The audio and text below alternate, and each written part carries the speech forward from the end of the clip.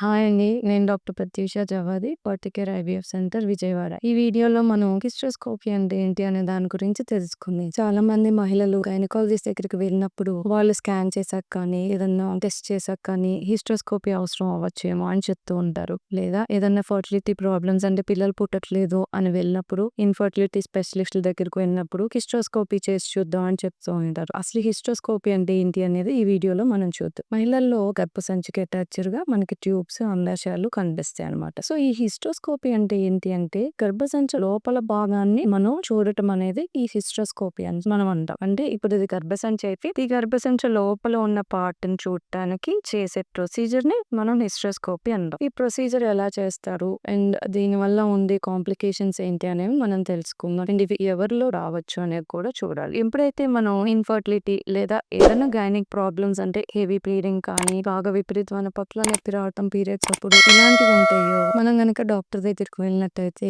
యూజువల్‌గా ఫస్ట్ చేసే investigation ultrasound అండి. వెజైనా ద్వారా మనం స్కాన్ చేసి చూస్తాము. ఆ స్కాన్‌లో కనుక మనకి గర్భసంచిలో ఏదైనా ఇబ్బంది ఉన్నట్టు అంటే ఫైబ్రాయిడ్స్ ఉండటం గానీ, లేదా పాలిప్స్ ఉండటం గానీ, లేకపోతే గర్భసంచి లోపల గోడలాగా కనిపించటం గానీ, ఎప్పుడైతే ఇలాంటివి ఉంటాయో అప్పుడు మనం ఈ హిస్ట్రోస్కోప్ అనేది యూజువల్‌గా అడ్వైస్ చేస్తాం. దీంతో పాటు కొంతమందిలో అన్ని బాగున్నా కూడా ఒక్కొక్కసారి ప్రెగ్నెన్సీ రావటం కష్టమవుతుంది. అన్‌ఎక్స్‌ప్లెయిన్డ్ ఇన్ఫర్టిలిటీ అంటాం. ఇలాంటి వాళ్ళల్లో ఈ హిస్ట్రోస్కోప్ అనేది మనం యూజువల్‌గా అడ్వైస్ చేస్తుంటాం. అంటే ఏంటి అంటే ఏ కారణం లేకుండా ప్రెగ్నెన్సీ రావట్లేదు అనుకున్నప్పుడు అసలు గర్భసంచి లోపల ఏదైనా ప్రాబ్లమ్ ఉందా? గర్భసంచి పొర కరెక్ట్ గానే ఉందా లేదా? లేదా పొరకి ఎక్కువ బ్లడ్ సప్లై ఉందా లేదా? అసలు ఎలా ఉంది అని చూడటానికి మనం హిస్ట్రోస్కోప్ చేస్తాం. ఈ హిస్ట్రోస్కోప్ ఎలా చేస్తామంటే గర్భసంచి పొర లోపల చూడటానికి ఒక ట్యూబ్ లాంటి ఇన్స్ట్రుమెంట్ అనేది మనకు ఉంటుంది. ఆ ట్యూబ్ లాంటి ఇన్స్ట్రుమెంట్ కి ఫ్రంట్ పార్ట్ లో కెమెరా అనేది ఉంటుంది. ఆ కెమెరా అనేది మనం కింద వెజైనా నుంచి సర్విక్స్ ద్వారా పాస్ చేసి గర్భసంచి లోపల ఎలా ఉంది దానిలో ఉన్న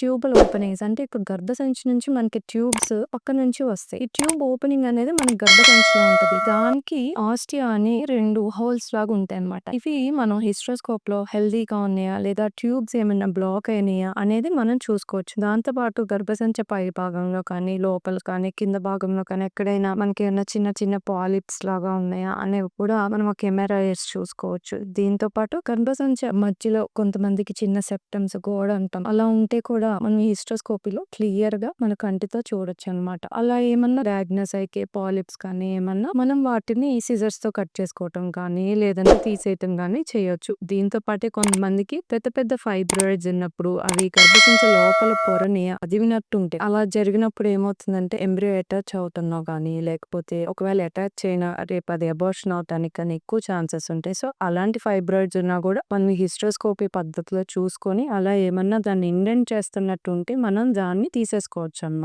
సో హిస్ట్రోస్కోపీ జనరల్ గా ఎవరిలో అడ్వైస్ చేస్తారు అంటే ఎక్కువ ఇన్ఫర్టిలిటీతో సఫర్ అవుతున్నప్పుడు ఏదైనా ఐవీఎఫ్ ట్రీట్మెంట్స్ కి అలా వెళ్ళాలనుకున్నప్పుడు ఈ డయాగ్నోస్టిక్ హిస్ట్రోస్కోపీ అసలు ఎలా ఉంది గర్భసంచి అనేది చేసి చూస్తారు. దీంతో పాటు కొన్నిసార్లు హెవీ బ్లీడింగ్ అవుతున్నా ఎక్కువ పెయిన్ వస్తున్నా కూడా ఈ హిస్ట్రోస్కోప్ అనేది అడ్వైస్ చేస్తారు. హిస్ట్రోస్కోప్ వల్ల చాలా మంది ఏమైనా కాంప్లికేషన్స్ వస్తాయా అని అడుగుతూ ఉంటారు. హిస్ట్రోస్కోపీ చేసేటప్పుడు మనం ఎప్పుడైతే ఆ కెమెరా పెడతామో మామూలుగా వాటర్ పాస్ చేస్తూ ఆ యుట్రస్ క్యావిటీని డిస్టెండ్ చేసి అప్పుడు చూస్తాం అన్నమాట. కొన్నిసార్లు ఇలా పాస్ చేసేటప్పుడు డిజైర్డ్ అమౌంట్ ఆఫ్ ఫ్లూయిడ్ కన్నా ఎక్కువ ఫ్లూయిడ్ కనుక వెళ్ళినట్టయితే ఒక్కొక్కసారి చిన్న చిన్న కాంప్లికేషన్ వచ్చే ఛాన్స్ ఉంటది. మేజర్ కాంప్లికేషన్స్ రావటం అనేది చాలా రేర్, లెస్ దాన్ 1%. బట్ చిన్న చిన్న కాంప్లికేషన్స్ అంటే మనం చేసేటప్పుడు కరెక్ట్ గా వాల్యూమ్ ఎంతవరకు ఇవ్వాలో అంతవరకే చూసుకొని బయటకు వచ్చేస్తే యూజువల్ గా ఏ కాంప్లికేషన్స్ ఉండవు. ఎప్పుడైతే ఎక్కువ load of volume of water లోపలికి వెళ్తుందో అప్పుడు మనకి ఏదైనా కాంప్లికేషన్స్ వచ్చే ఛాన్స్ ఉంటది. అండ్ దీంతో పాటు ఎనస్థీషియా కాంప్లికేషన్స్ రొటీన్ గా ఎలా ఉంటాయి ఏ ప్రొసీజర్ కైనా అలానే ఉంటాయి. సెపరేట్ గా హిస్ట్రోస్కోప్ వల్ల ఎక్కువ కాంప్లికేషన్స్ రావడం అనేది ఏమి ఉండదు.